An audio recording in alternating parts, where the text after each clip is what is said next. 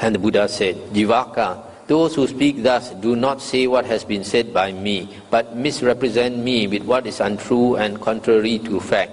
Jivaka, I say that there are 3 instances in which meat should not be eaten, when it is seen, heard and suspected that the living being has been slaughtered for the monk. I say that meat should not be eaten in these 3 instances. I say that there are 3 instances in which meat may be eaten, when it is not seen, not heard and not suspected that the living being has been slaughtered for that person. I say that that meat may be eaten in these 3 instances.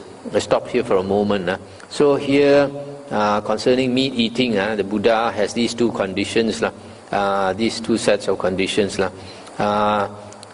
If we see here or suspect that the meat has been purposely slaughtered for us, whether we are a monk or not, then we should not eat.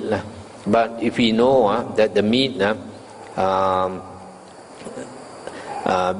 we see, we hear, and we do not see, do not hear, and do not suspect that the meat has been purposely slaughtered, the animal has been purposely slaughtered for us, then we can eat.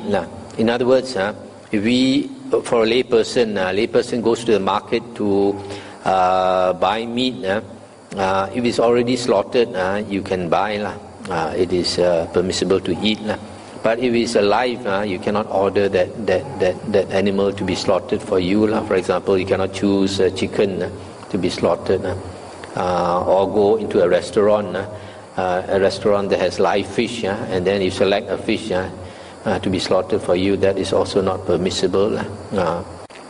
And then the Buddha continued, if anyone slaughters a living being for the Tathagata or his disciple, he lays up much demerit in 5 instances. When he says, go and fetch that living being, this is the first instance in which he lays up much demerit.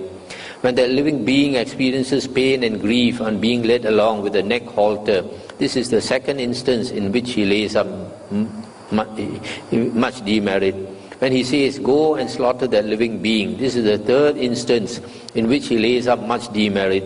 When the living being experiences pain and grief on being slaughtered, this is the 4th instance in which he lays up much demerit. When he provides the Tathagata or his disciple with food that is not permissible, this is the 5th instance in which he lays up much demerit.